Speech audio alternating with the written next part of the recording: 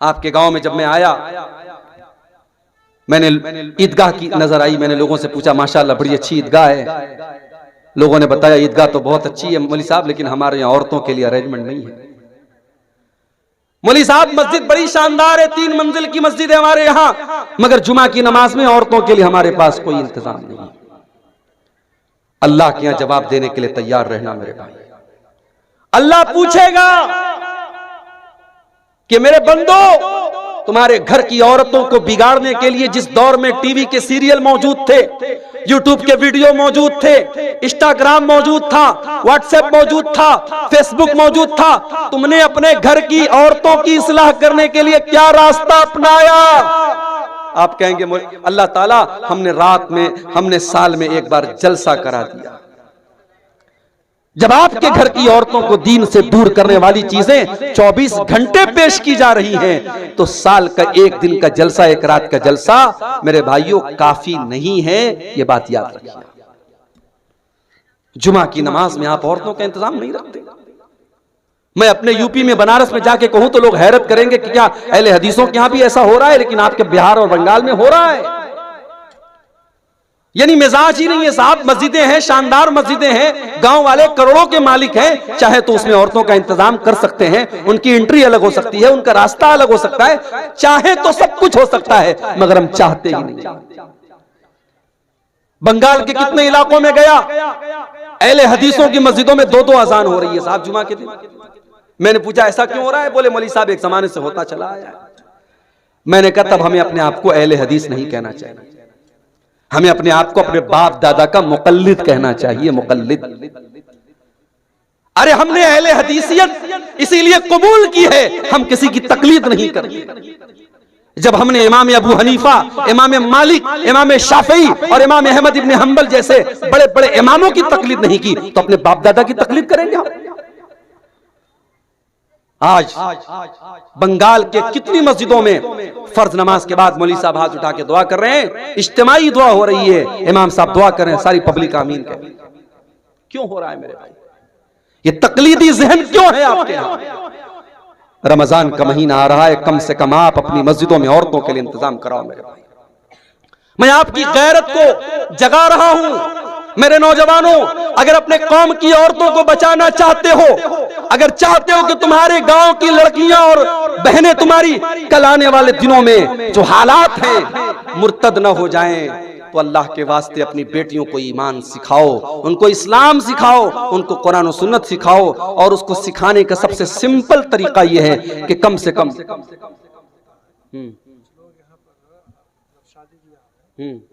के यहाँ कबूल कराते हैं। अगर कबूल सिस्टम अगर दुल्हन के यहाँ कबूल नहीं कराए जी, तो घर में ले जाकर दोबारा शादी पढ़ाते हैं। हमारा शादी पढ़ाना भी है जी जी।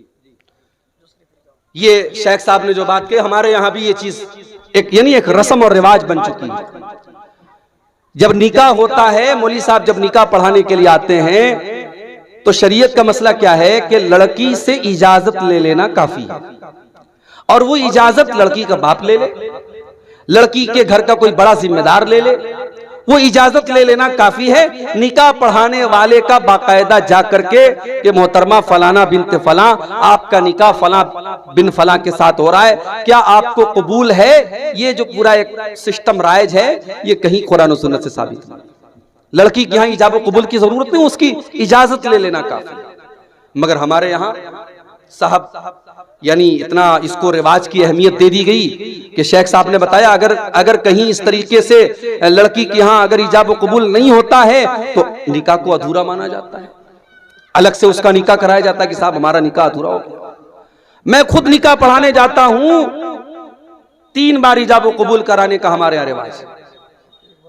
अगर मैंने एक बार करा दिया तो साहब पीछे से आवाजें आने लगती, मौलवी साहब थोड़ा 1-2 बार और करा दीजिए। मैंने कहा अरे दुल्हे ने बोल दिया, आप सबने सुन लिया, मैं बहरा नहीं, आप बहरे नहीं, जरूरत क्या है? लेकिन रिवाज है, हमने रिवाजों को अपनी गर्दन पे टांग के रखा है। कहा है कि चीज अपनाने के लिए एक बार ही काफी है, लेकिन तोड़ने के लिए 3 बार करनी पड़ती है जी। तो रस्म और रिवाज जो आपने लाद के रखे हैं उनको हटाइए मेरे भाई। आज यूपी के गाजीपुर के इलाके में गांव है, 12 गांव, कभी आपको मौका मिले तो जरूर जाइएगा। पूरा गांव अहले हदीस का गांव है।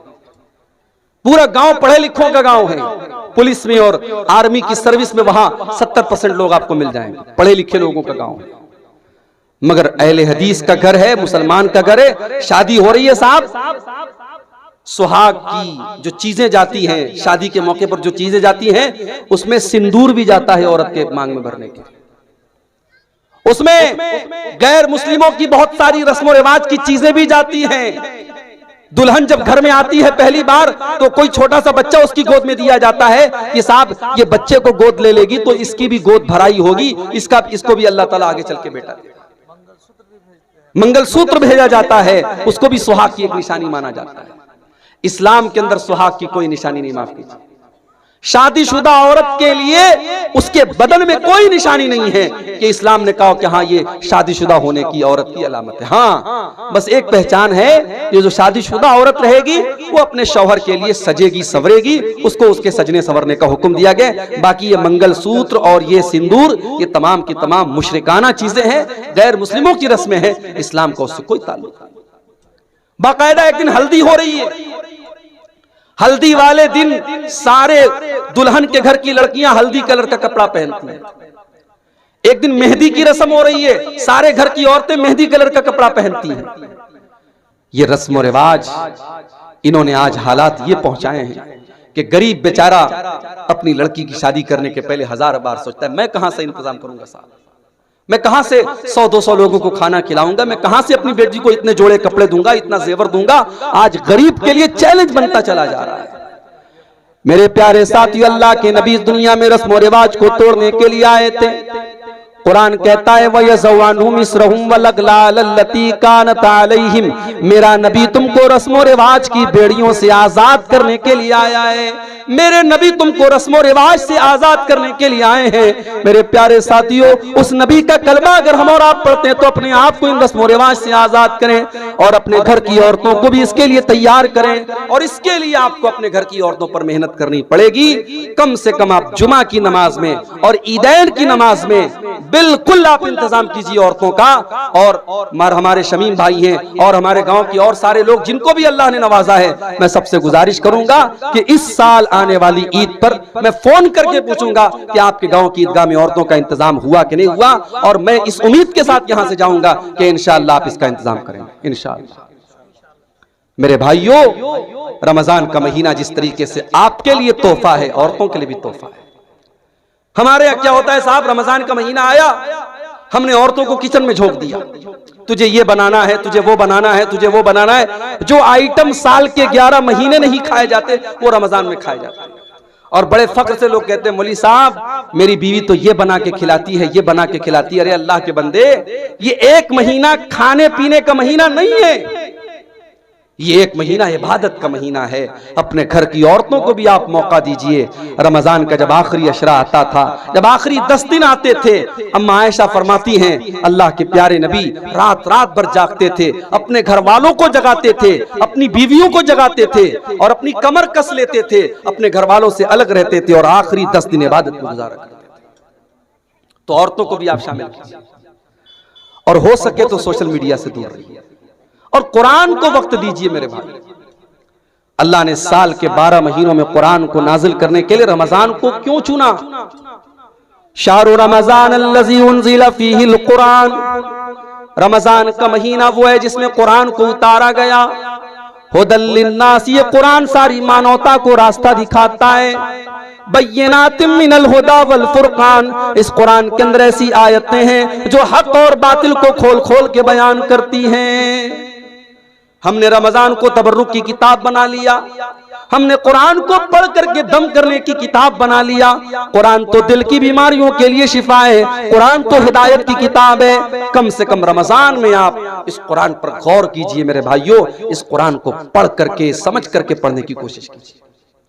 और एक बात याद रखिए, जब आप कुरान की तिलावत करेंगे उसकी खैर और बरकत आप अपने जिस्म के ऊपर भी महसूस करेंगे, अपने मिजाज के ऊपर भी महसूस करेंगे।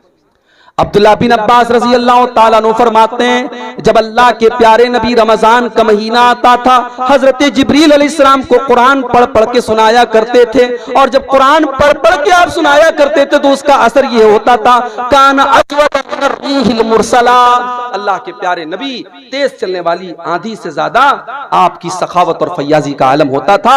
एक तेज चलने वाली आंधी से भी ज्यादा अल्लाह के प्यारे नबी की सखावत होती थी। तो आप कुरान की तिलावत को आप आने वाले रमजान में मामूल बनाइए।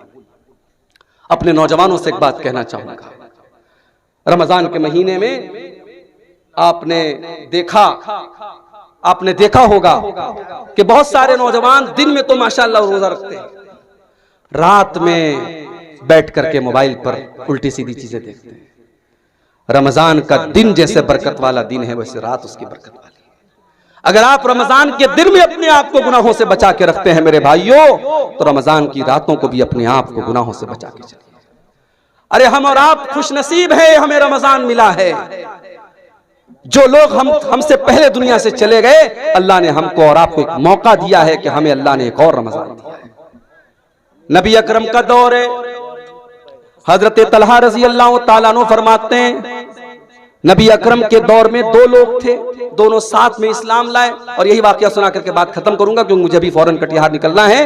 दो भाई थे नबी के दौर में, दोनों भाइयों ने साथ में इस्लाम कबूल किया, लेकिन एक भाई दीन के मामले में ज्यादा एक्टिव था और दूसरा उसके मुकाबले में थोड़ा कम एक्टिव था। एक ज्यादा मेहनती था, एक कम मेहनती था, दोनों ने साथ में इस्लाम कबूल किया था। हजरत तलहा कहते हैं कि एक भाई का अल्लाह की राह में शहादत हो गई, शहीद हो गया, वो जंग करते हुए शहीद हो गया। दूसरा भाई उसके 1 साल के बाद अपनी नॉर्मल मौत के जरिए उसका इंतकाल हुआ, नॉर्मल उसकी डेथ हुई, तबई मौत वो मरा। एक अल्लाह की राह में शहीद हो रहा है जो मेहनती था, जो थोड़ा कम मेहनती था वो 1 साल के बाद अपनी नॉर्मल मौत के जरिए उसका इंतकाल होता है।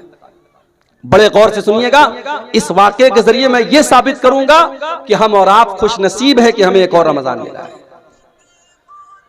जब दोनों लोगों का इंतकाल हो गया, हजरत तलहा रजी अल्लाह ताला अन्हु फरमाते हैं कि मैंने ख्वाब देखा, ख्वाब में मैंने देखा कि जन्नत से एक फरिश्ता निकला और उसने उन दोनों भाइयों में से जिस भाई का इंतकाल बाद में हुआ था उसको पहले वो जन्नत में लेके गया, उसके बाद वो फिर वापस आया और जिसका इंतकाल पहले हुआ था, जो दीन के मामले में मेहनती था, जो अल्लाह की राह में शहीद हुआ था, उसको वो बाद में जन्नत में लेके गया। और फिर वो फरिश्ता मेरे पास आया और मुझसे कहा कि तेरे अभी जन्नत में जाने का टाइम नहीं आया है। उसके बाद हजरत तलहा कहते मेरी नींद खुल गई। अब जब मैंने अपना ये ख्वाब सहाबा के सामने बयान किया तो सहाबा को बड़ी हैरत हुई कि ऐसा कैसे हो सकता है। अल्लाह की राह में शहीद होने वाला और अल्लाह के दीन के लिए ज्यादा मेहनत करने वाला इंसान बाद में जन्नत में जा रहा है, और जो उसके मुकाबले में कम मेहनत करता था और जिसका इंतकाल भी नॉर्मल तरीके से हुआ है वो पहले जन्नत में जा रहा है। ये बात सहाबा ने कहा हमको समझ में नहीं आ रही। जब ये मामला अल्लाह के प्यारे नबी जनाब मोहम्मद रसूलुल्लाह सल्लल्लाहु अलैहि वसल्लम के सामने आया, आपने फरमाया कि क्या तुम्हें ताज्जुब हो रहा है तलहा के ख्वाब के ऊपर? सहाबा ने कहा ताज्जुब हो रहा है। आपने फरमाया जिसका इंतकाल 1 साल बाद हुआ था, अलैसा क़द सल्ला फी सनती कज़ा व कज़ा, क्या उसके नाम आमाल में 1 साल की नमाजें और ज्यादा नहीं बढ़ गईं? हाँ अल्लाह के नबी बात तो सही है, 1 साल बाद अगर उसका इंतकाल हुआ है तो 1 साल की नमाजें उसके नाम आमाल में और लिख दी गई। आपने फरमाया अलैसा क़द अदरक रमजान, क्या उसको जिसका इंतकाल 1 साल बाद में हुआ है, क्या उसकी जिंदगी में 1 रमजान का महीना और नहीं मिल गया? हाँ 1 रमजान का महीना और मिल गया। क्या उसने 1 रमजान के महीने के रोजे नहीं रखे? हाँ अल्लाह के नबी उसने 1 रमजान के रोजे भी रखे, उसने तरावी भी पढ़ी, उसने नेकियां भी की। आपने फरमाया फकान मा बैनहुमा अबअदु मिम्मा बैनल अर्ज़ि वस्समा, आपने फरमाया जब उसको 1 साल का रमजान और मिल गया, 1 महीने के रोजे और मिल गए, 1 साल की नेकियां और मिल गई, तो कान खोल कर लो मेरे साहबा, उन दोनों के मकाम और मर्तबे के दरमियान उतनी दूरी पैदा हो गई कि जमीन और आसमान के बीच की जो दूरी है उससे भी ज्यादा दूरी पैदा हो गई। ये है हमारा और आपका की खुशनसीबी कि अल्लाह ने हमें और आपको एक रमजान का महीना और दिया है। अब ये हमारे और आपके ऊपर डिपेंड करता है मेरे भाइयों कि हम इस महीने को कैसे गुजारते हैं। आइए आज के प्रोग्राम में हम बहुत सारी तकरीरें सुनेंगे। मेरी मजबूरी है, मैं जा रहा हूं, प्रोग्राम अभी आपका और चलेगा, लेकिन मैं आपसे एक अहद लेना चाहता हूं, जितने हमारे भाई और बहन, जितने लोगों के कानों तक मेरी आवाज जा रही, आइए हम इस बात का अहद करें और यहां से ये अज़्म लेकर के हम यहां से इंशाअल्लाह हम जाएंगे कि हमारा ये रमजान हमारी जिंदगी का सबसे बेहतरीन रमजान बनेगा इंशाअल्लाह। मेरे भाइयों, इस बात की कोई गारंटी नहीं है कि हम इसके बाद रमजान कोई पा सकेंगे कि नहीं, ये रमजान भी पूरा हमें मिलेगा कि नहीं, कोई गारंटी नहीं है मेरे भाई। कब कौन सा हादसा आ जाए, कब कौन सी बीमारी आ जाए, कब कौन सी मुसीबत आ जाए और हम और आप अपनों से जुदा हो जाएं। इसलिए जिंदगी की जितनी सांसें मिली हैं उनको अल्लाह को राजी करने में गुजार दीजिए और इस रमजान को अपनी जिंदगी का बेस्ट रमजान बना लीजिए। अल्लाह से दुआ है रब्बुल आलमीन हम सबको इसकी तौफीक अता फरमाए। अल्लाह ताला हमारे जिन भाइयों की मेहनत से आज का ये प्रोग्राम मुनक्किद हुआ है, अल्लाह उनकी मेहनतों को कबूल फरमाए। इस गाँव की 3 मंजिला मस्जिद में अल्लाह ताला हमें तौफीक दे, हम औरतों के लिए भी इंतजाम करें। अल्लाह ताला हमें तौफीक दे, हम ईदगाह में औरतों के लिए इंतजाम करें, औरतों तक भी हम दीन की बातों को जितना पहुंचाना चाहिए पहुंचाएं। अल्लाह हम सबको इसकी तौफीक अता फरमाए, आमीन। व आखिर दावाना अनिल हम्दुलिल्लाह।